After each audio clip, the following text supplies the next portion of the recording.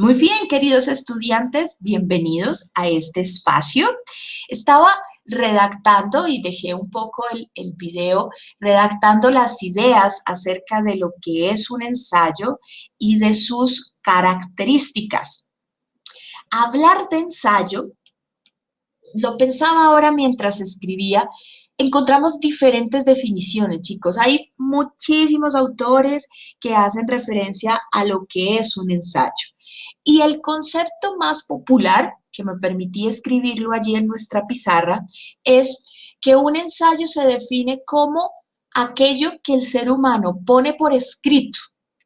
Y ese poner por escrito es en la proyección de nuestros pensamientos o de nuestras opiniones sobre un tema particular. Sin embargo, debemos trascender, y es una invitación especial que quiero hacerles, debemos trascender frente a lo que significa nuestra opinión. En este mundo donde quizás tenemos abiertas diferentes plataformas para opinar acerca de lo que nos gusta, de lo que no, de lo que estamos de acuerdo, quizás vamos perdiendo la formalidad de las opiniones y vamos escribiendo cuánta cosa se nos ocurre, cuánta cosa quizás provoca a otra persona, vamos perdiendo el real efecto que tiene nuestra opinión y esa gran oportunidad que tenemos de dar a conocer la opinión. Hace algunos años, opinar sobre un tema, para opinar tú debías tener un conocimiento sabio acerca del tema o si no, sería una blasfemia. En la actualidad, todos podemos opinar, sepamos o no. De hecho, ya se vuelve un acto irresponsable en ocasiones. Opinamos sin quizás tener algo importante que aparece aquí en nuestra pizarra, como lo es el argumento. Entonces, ese ensayo, es cierto, es poner por escrito un pensamiento y una opinión. Sin embargo, ese poner por escrito tiene unas condiciones, y es que usted va a interpretar, va a analizar y a reflexionar sobre ese pensamiento, sobre esa opinión que tiene de un tema específico. ¿Cuál es el tema que nosotros vamos a trabajar? El tema macro es identidad digital. Sin embargo, ese tema está condicionado por dos lecturas. Una de ellas, que espero ya la hayan ojeado, una de ellas es el show del yo y otra es la lectura del capítulo Socionomía. Usted de esas dos lecturas, de esos dos capítulos, va a escoger uno de ellos. Va a decir, no, profe, a mí me gustó mucho cómo la autora del show del yo inicia el artículo haciendo comparativos, poniendo ejemplos. Me gustó mucho esa lectura. Sobre esa lectura voy a hacer mi ensayo.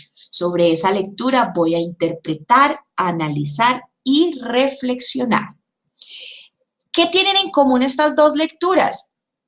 Ya lo sabemos, ¿verdad? Tienen en común que las dos apuntan a nuestro tema identidad digital. Cada autor con su particularidad de escritura, con sus conceptos, con su estilo, que de hecho eso es lo más importante de esta actividad, que ustedes se van a dar la oportunidad de conectarse con el estilo de escritura que tiene cada uno de ustedes. ¿Listo? Muy bien. Este ensayo, esta maravilla de ensayo que usted va a realizar, yo los invito para que tengan en cuenta lo siguiente. Para escribir un ensayo se requiere utilizar un tono formal.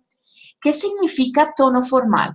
Significa que en la mayor medida se debe evitar aquel tipo de humor o sarcasmo o vocabulario coloquial. El ensayo pide un estilo formal, ese estilo formal que permite una redacción congruente, que esa es la segunda característica. Necesitamos que ese tono formal sea, alguna vez un autor en un libro que se llama, espérenme, comprensión y producción de textos se llama.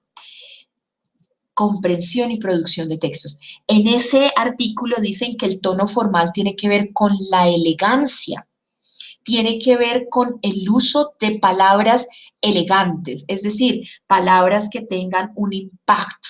Por eso se dice que para la escritura de los ensayos debemos dejar a un lado aquellos comentarios coloquiales que utilizamos cuando estamos hablando de manera verbal o quizás cuando escribimos en un WhatsApp o estamos como en otro contexto. Entonces, el ensayo tiene una condición de la formalidad y es que se encuentra bajo un contexto académico. ¿Listo? Muy bien. Entonces, ese tono formal debe tener una claridad en el argumento. Aquello que usted va a interpretar, analizar y reflexionar y que lo va a poner en palabras, debe ser claro. Por eso debe utilizar palabras que usted también entienda, porque eso da claridad en el argumento. Yo puedo descrestar con muchas palabras, pero si no le encuentro la relación a esa palabra con mi idea y mi opinión, hasta ahí quedó esa elegancia de palabra. Importante tener una coherencia en la escritura. Aquí en la coherencia es básicamente que vamos a tejer ideas, no a sumar ideas. ¿Vale? Es muy diferente tejer a sumar. En el tejer vamos conectando. A veces al sumar no se conecta, pueden ir separadas, puede ir cada una en su propia dimensión. Aquí el tejer nos está diciendo que la coherencia debe conectar. Cada palabra, cada texto que yo utilizo debe conectar una idea con otra idea. ¿Vale? Ese tono formal, esa claridad, esa coherencia del ensayo ha permitido realizar diferentes clasificaciones. Entonces nos dicen que existen tipos de ensayo y cada autor tiene una clasificación diferente. Yo les comparto la de Pérez, realizada en el 2006, en el libro que les comento que se llama Comprensión y Producción de Textos. Es un libro de Bogotá, de una cooperativa que se llama Editorial Magisterio. Pérez nos dice en su texto que existen 4 tipos de ensayo. Uno de ellos se denomina el poético literario. Ese poético literario, de hecho su nombre no lo dice, ¿no? En ese ensayo predomina lo que tiene que ver con el concepto, con los paisajes, con la sensibilidad concreta. Ejemplo de ensayos poéticos y literarios tenemos a Jorge Luis Borges, que él realiza y de hecho Pérez en su artículo siempre lo nombra como el escritor que permite a través de los paisajes, permite que el lector comprenda los conceptos. Para escribir un ensayo poético literario se debe tener una capacidad lírica de crear paisajes en la mente, para que quien lee la historia pueda ir, a medida que va leyendo, pueda ir conociendo ese paisaje que el autor está nombrando. Existe un segundo tipo de ensayo que el autor lo denomina como exposición de ideas.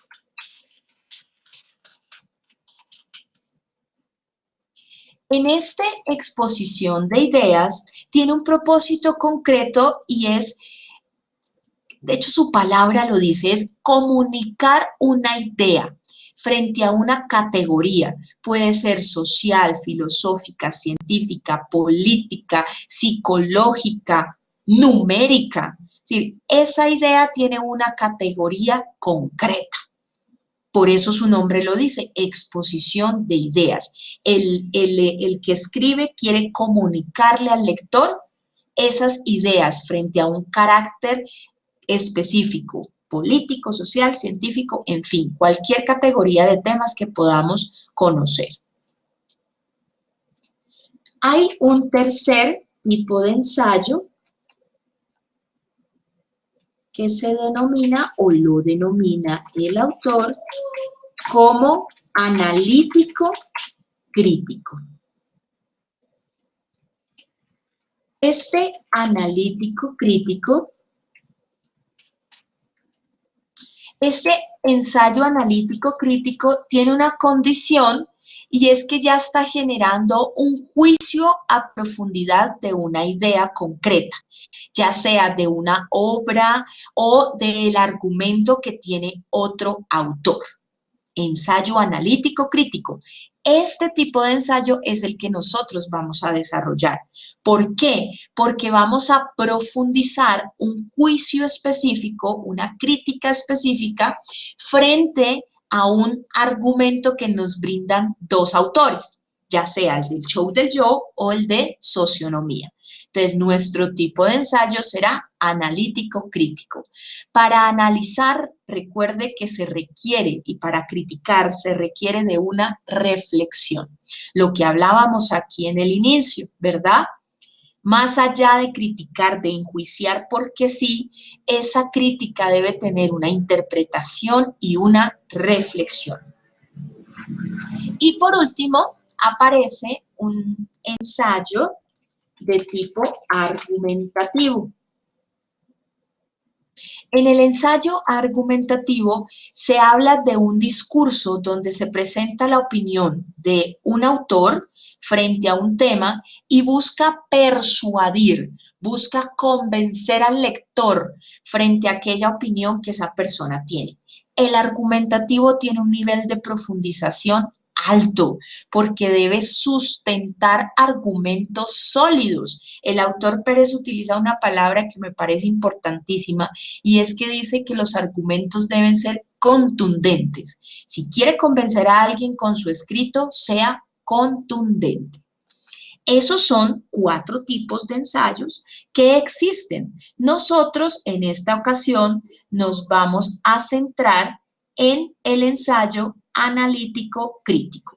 Esa va a ser nuestra opción para el desarrollo del escrito. ¿Listo? Entonces recuerde, el analítico crítico tiene una condición de enjuiciar con profundidad una idea sobre una obra o algo concreto que ya está planteado, ¿vale? No vamos a sumar, vamos a empezar a tejer cada una de las opiniones que tenemos frente a las ideas que nos van a ir brindando los autores. ¿Listo? Muy bien. Y para terminar, existen algunas sugerencias generales para organizar el escrito, del ensayo. Se hablan de 3 partes principales. La introducción, algunos la segunda la llaman nudo, otros la denominan cuerpo, y por último, la conclusión o cierre. En la introducción tiene una condición y es que le va a indicar al lector cuál es su propósito. Entonces, en ese primer párrafo los invito para que acerquen el tema y le cuenten al lector cómo usted desarrollará ese ensayo. ¿Listo? Es un acercamiento del tema. En esa introducción, usted va a empezar a provocar, por así decir, va a generar una sorpresa en la persona, provocar acerca de aquello que usted quiere hablar. Entonces, usted enfoca el tema, sin embargo, ojo, va limitándolo porque necesitamos tener la información completa en el cuerpo, no tener toda la información en la introducción. ¿Listo? Entonces voy generando un acercamiento, una introducción general al tema. En la segunda parte nos dice el nudo o cuerpo es cuando usted comienza a desglosar su tesis de argumentación. En este caso, en nuestro ensayo, su tesis de crítica y reflexión. ¿Listo? Entonces, ok, la gran idea de la autora es esta y usted comienza a desglosar la idea de la autora y va generando párrafos que permiten ver que el lector vea el análisis que usted realiza del texto. En esa parte del nudo o cuerpo aparecen los conceptos claves. Si usted encuentra un concepto, algo teórico importante durante la lectura, ahí es donde lo debe empezar a desarrollar. Y por último, la conclusión o cierre. Por lo general es el último párrafo. Entonces, en esa conclusión, usted debe recordar lo que escribió en la introducción y cumplir. Si usted en la introducción dijo que iba a hablar sobre tal cosa, que iba a comentar sobre algo, en el cierre debe cumplir esa promesa que hizo en el párrafo de la introducción. ¿Listo? Entonces, lo que realmente le dije al lector que iba a hacer, lo conseguimos. Entonces, ese último párrafo debe tener como premisa básica un cierre de cada una de las ideas argumentativas que usted dio durante el cuerpo del ensayo, ¿vale? Entonces, si hablé de 5 conceptos, esos 5 conceptos me deben llevar a un algo, a un cierre. Ojo con dejar ideas sueltas. Entonces, leí y escogí 5 conceptos. Y de los 5 conceptos quiero desarrollar los 5. Y cuando voy al cierre me doy cuenta que realmente durante todo el ensayo solo argumenté uno de los 5 que nombré en la introducción. Entonces, ahí es cuando digo, hey, hay que hacer un cambio porque la redacción no está funcionando bien. No tiene una lógica. No hay una coherencia frente a lo que se quiere proyectar. Recomendaciones finales, chicos, para realizar el ensayo. Primero, yo les recomiendo, hagan una lista de ideas. A medida que usted va leyendo el capítulo, permítase escribir cuáles van siendo las ideas claves, lo que más le va llamando la atención. Después de esa lista de ideas, comience a encontrarle un orden lógico a cada una de ellas y las comienza a ordenar. Quizás puede crear unas categorías. Escoge las categorías y comienza a escribir borradores. Yo los invito para que se tomen tiempo en esta semana y puedan hacer diferentes borradores de ese escrito final que van a presentar. ¿Listo? Bueno, chicos, eso fue todo. Espero que esta explicación la acerque y los motive a iniciar con esa redacción fantástica que van a realizar. Recuerden, chicos, nuestro ensayo tiene un plazo máximo hasta el domingo 10 de junio.